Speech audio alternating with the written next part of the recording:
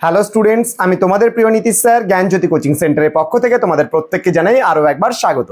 তো স্টুডেন্টস, আজকে আমি তোমাদের সঙ্গে যে বিষয়টি নিয়ে আলোচনা করবো সেটা হচ্ছে সেকেন্ড সেমিস্টার যাদের মাইনরে হিস্ট্রি নিয়েছো তাদের জন্য কিন্তু আজকে তোমাদের লাস্ট পার্ট সাজেশন এবং আজকে আলোচনা করো 12 নম্বরের অতি গুরুত্বপূর্ণ প্রশ্নগুলো নিয়ে।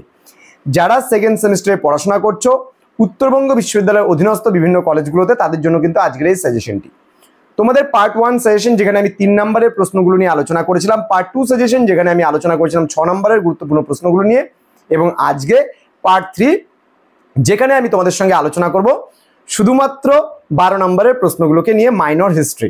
তো স্টুডেন্টস, ক্লাসটি শুরু করার পূর্বে তোমাদেরকে বলবো যারা এখনো পর্যন্ত আমাদের অফিসিয়াল ইউটিউব চ্যানেলটিকে সাবস্ক্রাইব করোনি তারা অবশ্যই চ্যানেলটিকে সাবস্ক্রাইব করো, পাশে থাকা বেল আইকন অল প্রেস করে দাও যাতে নেক্সট টাইম থেকে কোনো ভিডিও আপলোড করলে তার নোটিফিকেশন সবার আগে তুমি পেতে পারো।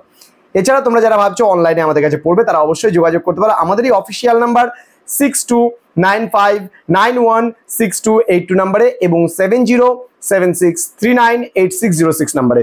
তোমাদের টোটাল কোর্স ফি রয়েছে শুধুমাত্র 999 রুপিস। এর বিনিময়ে তোমরা মেজর পাচ্ছ, মাইনর পাচ্ছ, এমডিসি পাচ্ছ, ভিএসসি পাচ্ছ, এইসি পাচ্ছ, এসসিসি পাচ্ছ, পুরো প্যাকেজটা পাচ্ছ শুধুমাত্র 999 রুপিসে। তো দেরি কিসের, আজই যোগাযোগ করো আমাদের সঙ্গে আমাদের এই অফিসিয়াল নাম্বারের ডেসক্রিপশন বক্স থেকে নিয়ে। চলো শুরু করছি আজকের ক্লাসটি। এবং তোমাদের অতি গুরুত্বপূর্ণ যে প্রশ্নগুলো রয়েছে আমি মাত্র তোমাদের 11টা প্রশ্ন দেব, তার মধ্যে থেকে তোমরা একদম 100% কমন পাবে মাইনর হিস্ট্রিতে। প্রথম প্রশ্ন, প্রাচীন ভারতের ইতিহাস রচনার ক্ষেত্রে সাহিত্যিক উপাদানগুলির গুরুত্ব সম্পর্কে আলোচনা করো। এই প্রশ্নটা কিন্তু উপাদান থেকে দুটো প্রশ্ন আসতে পারে, একটা সাহিত্যিক উপাদান, একটা প্রত্নতাত্ত্বিক উপাদান। এই দুটো প্রশ্নের মধ্যে একটা প্রশ্ন একদম 100% কমন কিন্তু তুমি পাবে।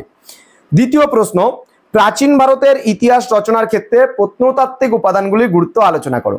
প্রাচীন ভারতের ইতিহাস রচনার ক্ষেত্রে প্রত্নতাত্ত্বিক উপাদানগুলির গুরুত্ব সম্পর্কে আলোচনা করো। গেল।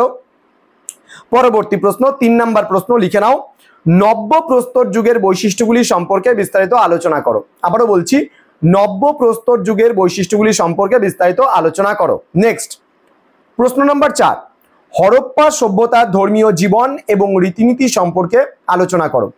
হরপ্পা সভ্যতার ধর্মীয় জীবন এবং রীতিনীতি সম্পর্কে আলোচনা করো। নেক্সট 5 নম্বর প্রশ্ন, হরপ্পা সভ্যতার পতনের কারণগুলি সম্পর্কে বিস্তারিত আলোচনা করো। আবারও বলছি, হরপ্পা সভ্যতার পতনের কারণগুলি সম্পর্কে বিস্তারিত আলোচনা করো। পরবর্তী প্রশ্ন, প্রশ্ন নম্বর 6, আর্যদের আদি বাসস্থান কোথায় ছিল বা আর্যদের আদি বাসভূমি কোথায়, এই নিয়ে বিস্তারিত আলোচনা করো।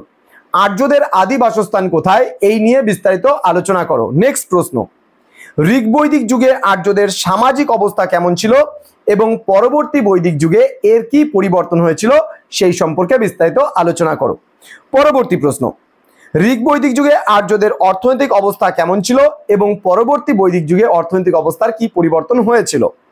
নেক্সট, ঋগ বৈদিক যুগে ভারতে বৌদ্ধ ধর্ম এবং জৈন ধর্ম উত্থানের সামাজিক এবং অর্থনৈতিক পটভূমি সম্পর্কে আলোচনা করো। আমি আবারও বলছি, ভারতে বৌদ্ধ ধর্ম এবং জৈন ধর্ম উত্থানের সামাজিক এবং অর্থনৈতিক পটভূমি সম্পর্কে বিস্তারিত আলোচনা করো।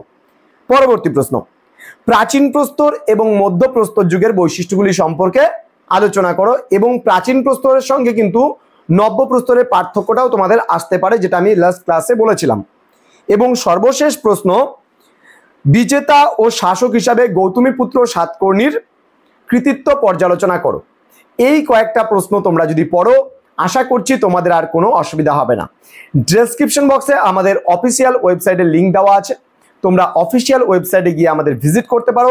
আমাদের অফিসিয়াল ওয়েবসাইট নাম্বার হলো gyanjyoti.info, www.gyanjyoti.info গিয়ে সার্চ করলে সেখানে কিন্তু অনেক কিছু তোমরা ফ্রি অফ কস্টে পেতে পারো। তো স্টুডেন্টস, তোমাদের সঙ্গে দেখা হবে খুব তাড়াতাড়ি নতুন একটা কোনো ক্লাস নিয়ে, নতুন কোনো সাজেশনস নিয়ে। তোমরা অবশ্যই চ্যানেলটিকে সাবস্ক্রাইব করে আমাদের পাশে থাকো, আমাদের সঙ্গে থাকো এবং দেখতে থাকো আমাদের ক্লাসগুলো। দেখা হচ্ছে খুব তাড়াতাড়ি পরবর্তী ক্লাস নিয়ে। তোমরা প্রত্যেকে ভালো থেকো, সুস্থ থেকো। Thank you so much, thanks for watching. After all, thank you.